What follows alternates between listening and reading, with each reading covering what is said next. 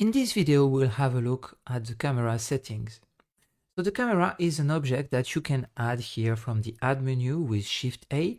You can find here the camera, okay? So here I will just create a new collection in my scene. You can see that I have this scene that we did see already.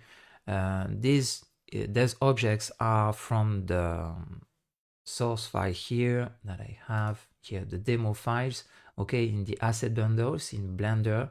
You can download this as well and play a little with it, but we will experiment that more in the training after in a dedicated chapter. So here what we have is our camera now collection, and I will add the camera. Okay, by default the camera comes in the center, so as other objects, and basically it comes from the view. Okay, so if I add a camera from here, for example, here, it will take the view, the original view that I had before. Okay, and so if you want to manage this like this, it's okay, but more or less before going through the camera settings, it's important to understand how to frame your scene with the camera, and it's very important to move easily your camera like that. First of all, when you add the camera, when you want to go in camera view, you go with the numpad 0. It's the camera view, this one, okay? Numpad 0 helps you to go to the camera view. But when you are in camera view and when you want to move your camera, for example, it's a little difficult to see how it works, to manage the view and how to frame. It's not very handy to manage with the usual shortcuts. So what you can do, the first thing you can do is you go through the view with your camera selected like that. And let's say you want to have this view. From the camera, you make Ctrl-Alt-0 and it will frame directly from the view. Then after with G, for example, you can move it a little to frame it exactly how you want, okay? So this is the first thing that can help you. You turn around, you want to frame maybe this part here with there's objects over there, you center it and you make Ctrl-Alt-0 and it will give you that. Then after you can move it a little to frame it. This is the first possibility, but honestly what I like to do when I want to frame here a scene, I just go into view here with my camera selected into, not camera selected, but into camera view here, and I lock camera to view. And now I can use my camera view here that I zoom a little before activate that. Something like that will be good. So once you make the camera view to view option, you can just manage this exactly like the 3D view. So very important to understand how to frame something. It works even if the camera is not selected. Like for example, you want to frame this object, you make numpad dot here and it will work perfectly like that. Okay, and like this you can place your camera really how you want, where you want. And then after, when for example, let's say I would like to frame it like that, maybe frame this, okay, and frame it a little like this. Okay, let's say I'm happy with that.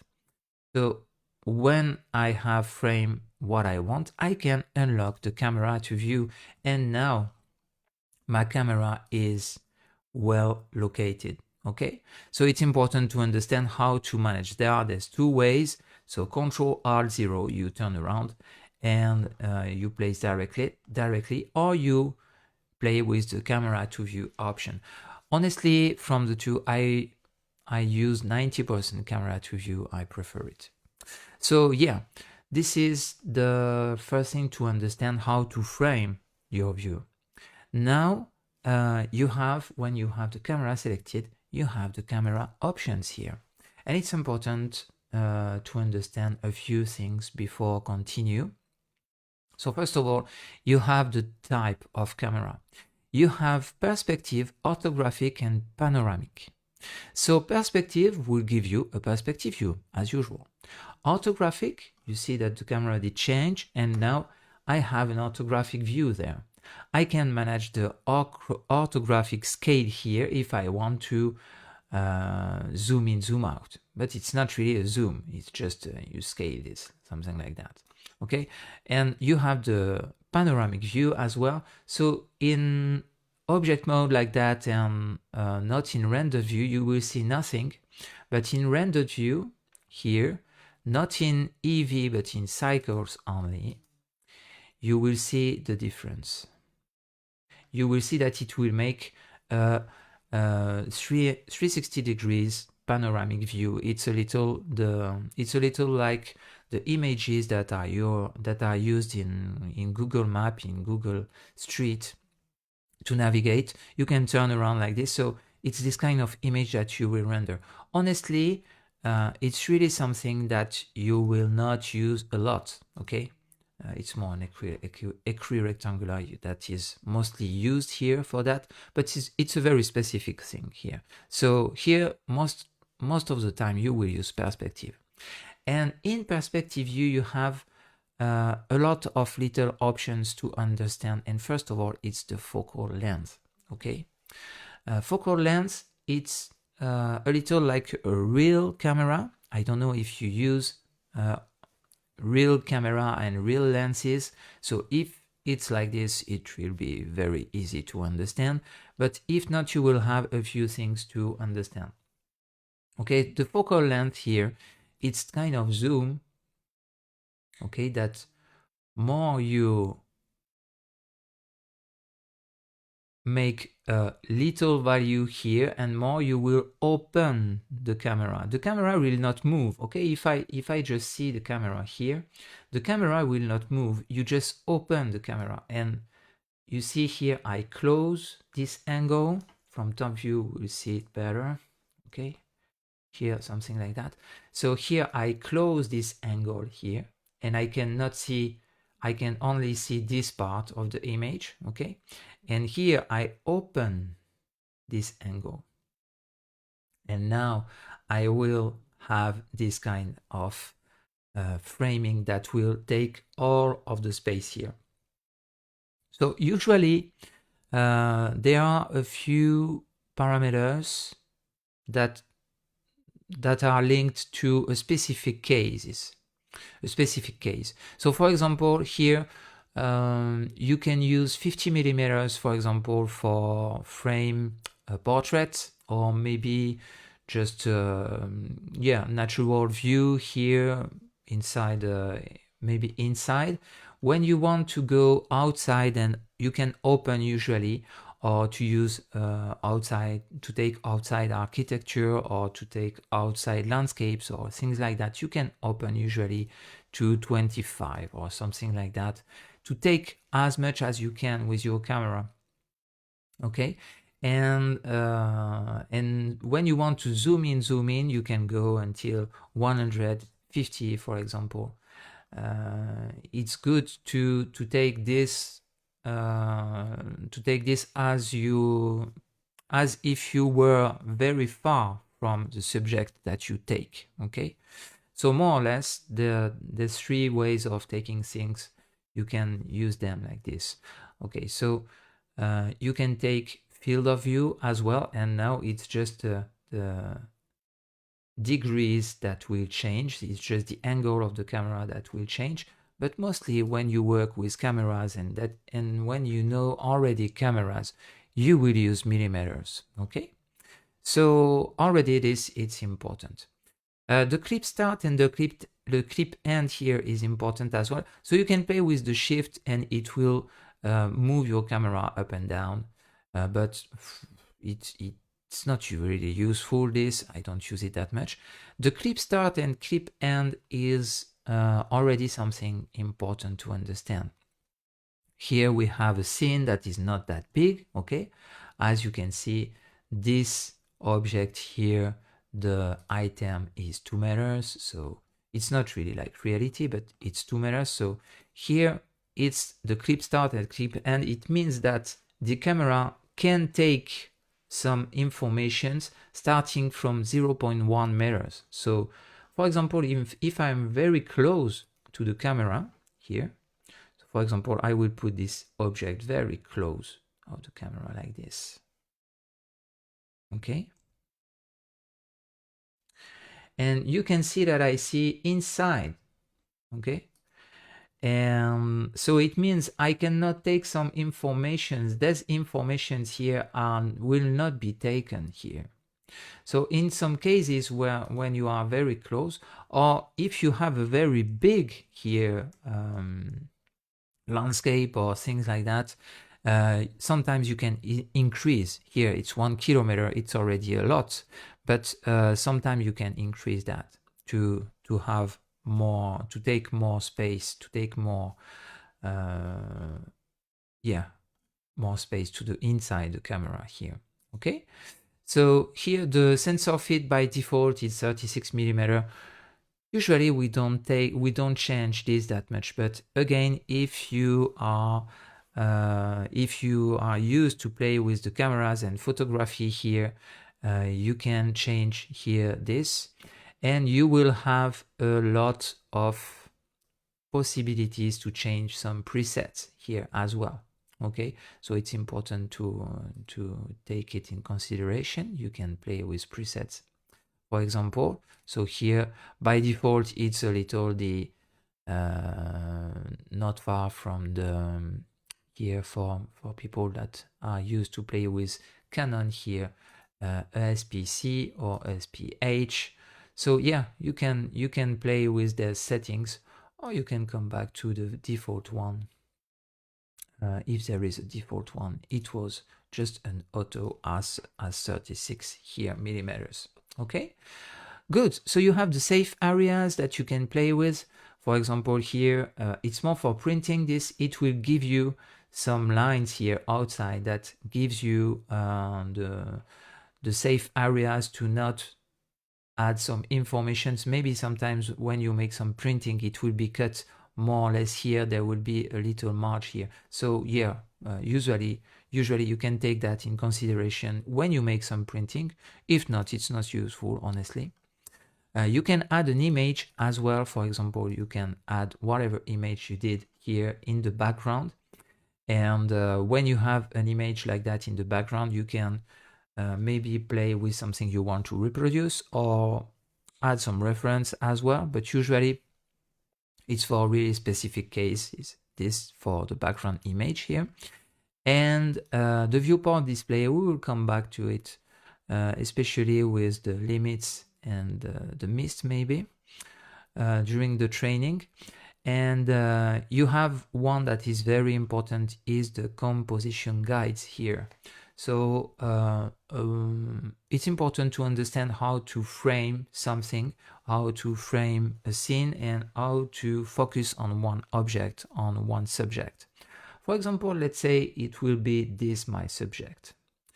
And so for example, something that works very well is the third, like that. You can see that now I have lines that take a third of the height and of the camera, and now you can here just focus on a point that the lines are crossing like this. So for example, I will just put my object here, okay? And now I know that mostly this image will work better than just in the center like this. It's not really interesting. There is no depth of field for this. So yeah, here we can see that we still have some space to represent the environment here outside. So yeah, it looks good like this. Or you could frame it like that, but in that case it will not work because most of the environment is here. So it's better here. It's more beautiful. Okay, so you have the center, so a classic one. You have the diagonal as well. You have the ratio, the golden ratio here that can help you as well. So you have a few ones that can help you. Mostly the third works better here, in my opinion. for make photography. It works very, very well, and it's simple to understand. You have these 4 possibilities to add your subject to the crossing line here, so it's very easy to understand. And we have here the depth of field. So the depth of field will be something that I will cover in an entire video, in the next video actually. And that's it for the camera options. So yeah, don't hesitate a little to play with this. Add a camera, add imagine framing that you want, and make it with the little options that I did show you. Yeah, and for sure, for now, something that we didn't see yet, but it's not in the camera options. Here we have the format. So the format by default is just 120 from 1080, so 1920 so to 1080. So it's number of pixels. This one is HD, so it's a classical one. You can play with different here presets that you have. You can enter new presets if needed. So by default it will be this. Let's say you would like a portrait framing, for example. You will invert this value maybe, or maybe put something like this here, 1600, 1200 here, and you will have this kind of framing. Okay, so yeah, this one was important to cover as well. So yeah, it's not in the camera settings here, it's in the format. So like this, you will have the framing that you want really. And in the next video, we will have a look on how to use depth of field to really make something with a photographic look.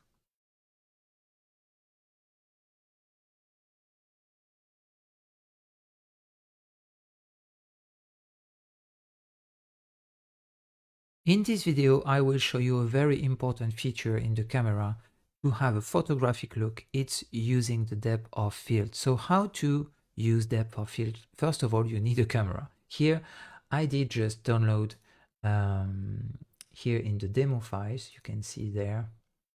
So into the cycle section here, you have the file Classroom made by Christophe Seux. So very nice file again to experiment.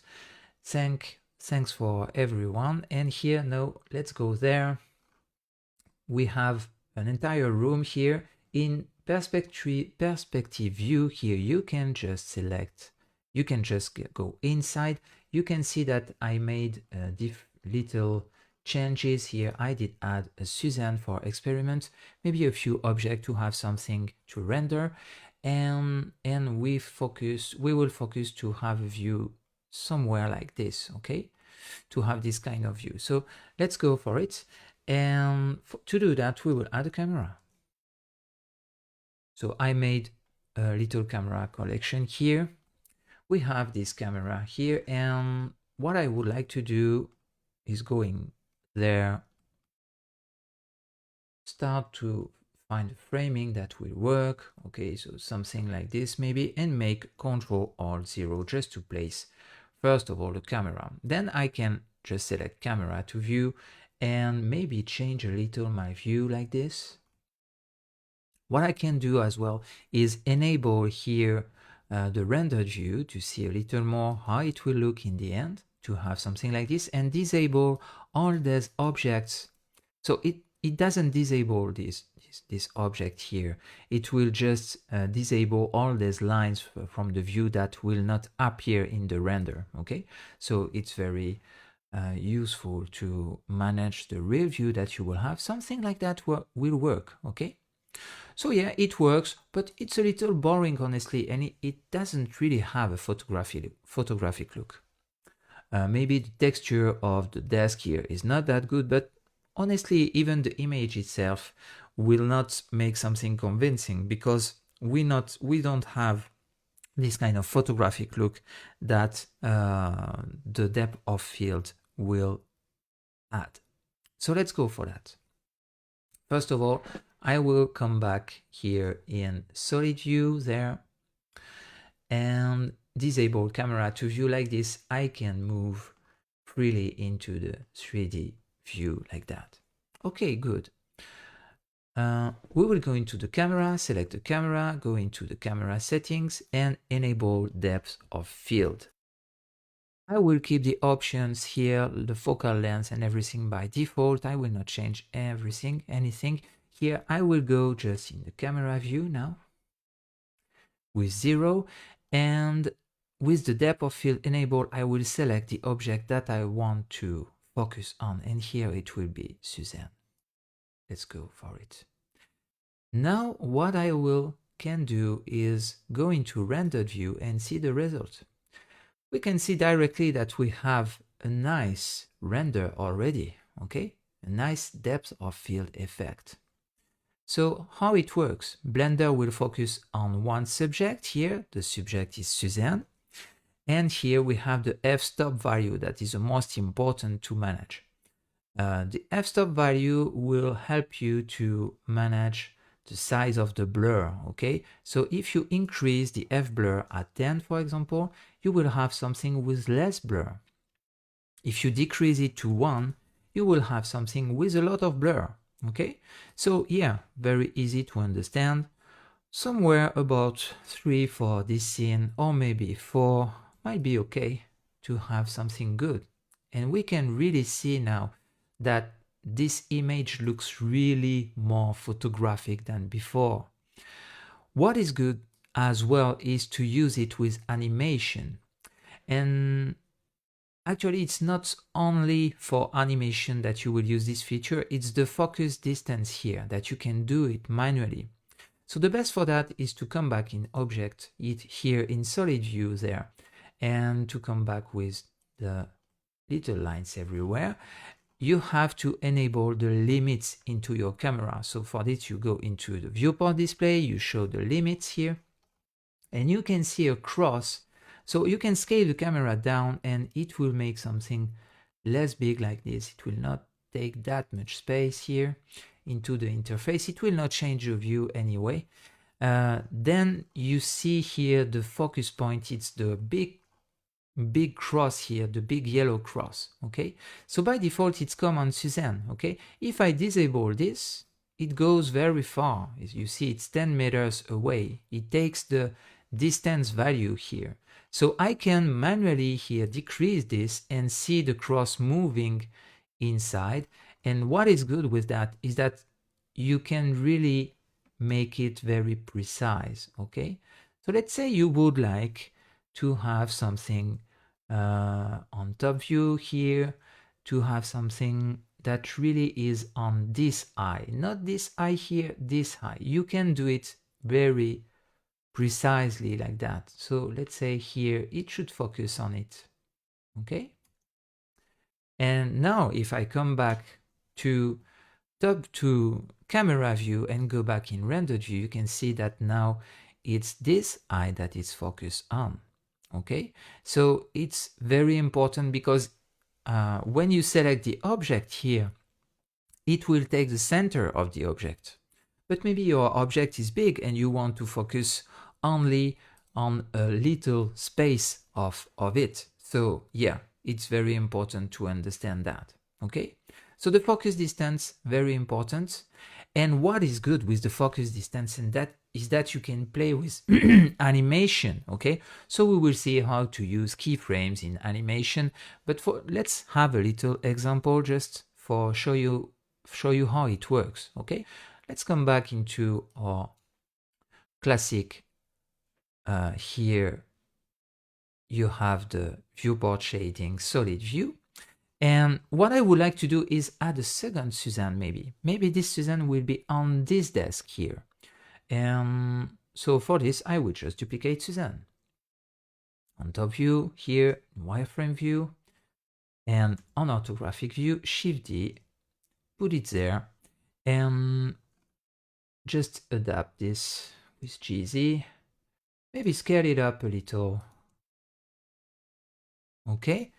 And let's have a look on what we have now. We have this kind of view. Okay, with G, Shift Z, we can adapt the view in camera view. And now in solid view, we will have this. Good. So we have two Suzannes that are here. Maybe I would like to put this one over there. with G-Shift-Z, I can stick on the surface like that. Maybe there might be good. Good. So now we have two subjects, and it's something that is very used in cinema.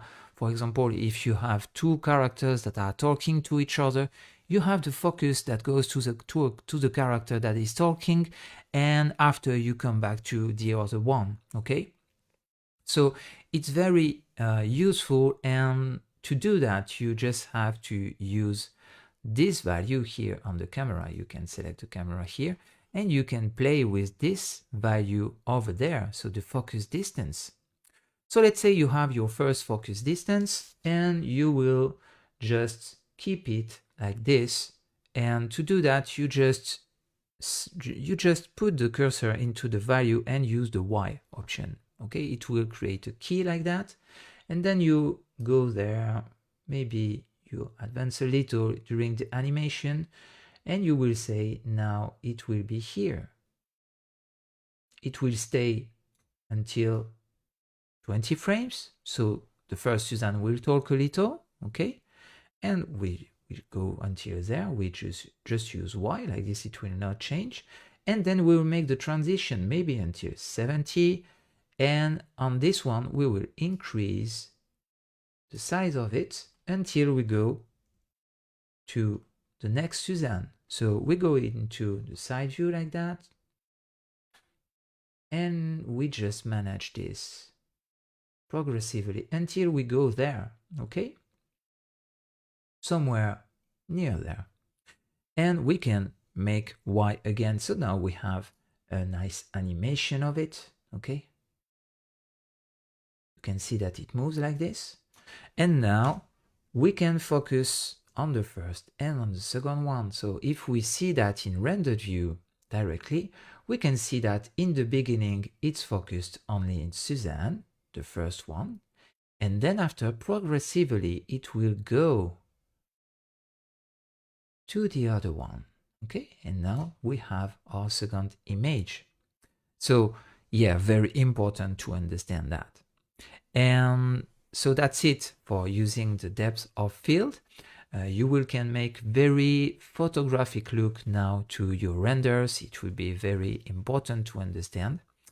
And now we will see in the next video, it will be a little one, but it's important to understand.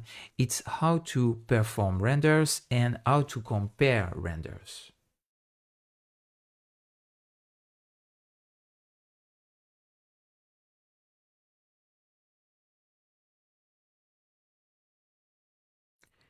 In this video, it will be a very short one, but it's an important feature that you have to understand in Blender. For your workflow, you will have to make some changes, some adjustments during making your final render. And what is important in this is to can compare. And what I like to do here, I use the render slots. So here you have a rendering here interface that is well done for it. So what you will do when you want to make a render, you go into this and you make F12 to make your render, or you go there into render and render image, okay? And you can see the shortcut is F12. So when you make here render, you will have a new window that will appear with an image, and this image will be your render. Good. You can close this image. It will not close Blender. It's just another window, but you will have exactly the same window here into the rendering tab, and you will see the last render. But let's say you make a change, okay? For example, you go there into the light, maybe on above it, and maybe you would like something with less or more light, or let's put 20, for example. Oh, 20 is far too much, but let's make 10, okay? You will have more light here. So now I make F12 again, and I have my new render. Okay, it will come after a few computing of the here of my computer, and here I can come back to rendering, but I did lose the other image, okay? So what is good in that case is to use here you have the slot. You have the possibility to use the slot. You can see that you have some layers combined or things like that, but the most important is the slot one that you can play with. So what you will do, you will, before make your second render, okay, if you want to compare, you go to slot 2, for example. You make your change during, so there you come back to the original value that was 5. It was good to have something good. And you make your render. And let's say you would like another. So you see, you can select the next one and just to make some experimentation. And it's very important to make this during implementation of new parameters. So for example, if I put power just 1 to have something with less light, okay, and I just go there, we will have a full chapter about lights for sure into the training, and I will explain you how it works. But basically we have a new render, and what is good now is that in the render tab you can go and select the slot, and it did keep everything inside. So it's very good to compare and to see, okay, maybe this one was good, this value was good or not, and depending on what you need. So the slot 1, maybe everything is burnt here, too much light, so we will not keep it. So, okay, we know that this value wasn't good. So it's important to keep in mind that you can make some directly into Blender, that you can use the slots to compare. It's very important and very useful during your render settings. And to save the image, it's important to save your image. So now let's say slot 1 was good, no, slot 2 was good, and you are happy with it, and you want to save this image. Okay, you go to here, image, and you just go to save as, okay, and you can save your render into your desktop somewhere. Okay, so you just select place here. I will save you this into using depth of field here folder, and you can choose the format. So if you want to not lose any quality of your image, the best is to use PNG.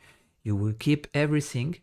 You can use RGB or RGBA, black and white. BW is black and white, RGB is red, green, blue, and RGBA is red, green, blue, alpha. What is alpha? Is the transparency values of your image. If you don't have any transparency value, for example, in your image, you can change it as RGB. But if you have some transparency values, that is not the case here. But for example, let's go and make an image with transparency value. So for example, we'll go there and we will make the film transparent here. Like this, we will see that the world behind the glass here will be transparent. So let's make a new render, and maybe it will be slot 4 here, okay? You can see that here we have this transparency that is represented by the little squares behind, okay? So here we have another render in the slot 4. So I can go and make another image, save as, okay? And if I use RGBA, it will save the informations of the transparency. And I can, for example, add something different in compositing in the background here, okay? So I can use this to add another background or to make some composition, a new composition with an image. So yeah, it can be very useful to use transparency values for sure. Here I come back in the file view here, and then I save as image, okay? If you don't want to use the entire quality of the image and that you want to focus more on web content or things like that, so with less big images, you will play with the JPEG for sure, and you will play with the quality here. So be careful, the JPEG doesn't save the alpha value, so you cannot change any transparency into the JPEG files here. So the JPEG is good for sharing on internet, but it's not good for make really good quality stuff, okay? Because it's compressed, and so in the end you will have less quality. Usually the best is to save RGBA PNG, and like this you will have all the informations into the image. You can see that you have a lot of possibilities here to save some images. In most cases, PNG is the best to share with others. And sometimes you have to use OpenEXR, EXR multilayer to save multi-layer files like this. It can be sometimes useful, but most of the time you will use PNG files, JPEG or WebP sometimes for web content. Okay, so that's it for saving an image here. If I save the image like that, okay, we are good. And now if I save the image like that,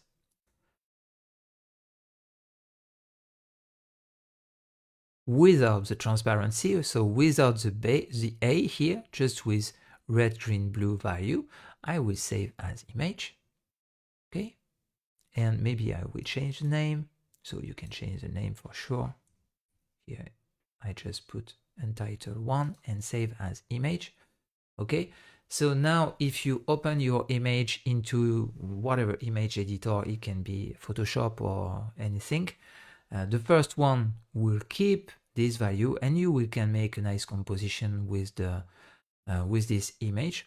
But the second one will be everything will be dark here, or with the image background that there is in Blender to make the nice sky here inside. But yeah, you cannot save the transparency. So sometimes it's very important to understand that. That's it for performing the first renders, saving images, and comparing renders. It's very important for your workflow. So that's it for this video. Into the next chapter, we will start to discover lighting and render engines.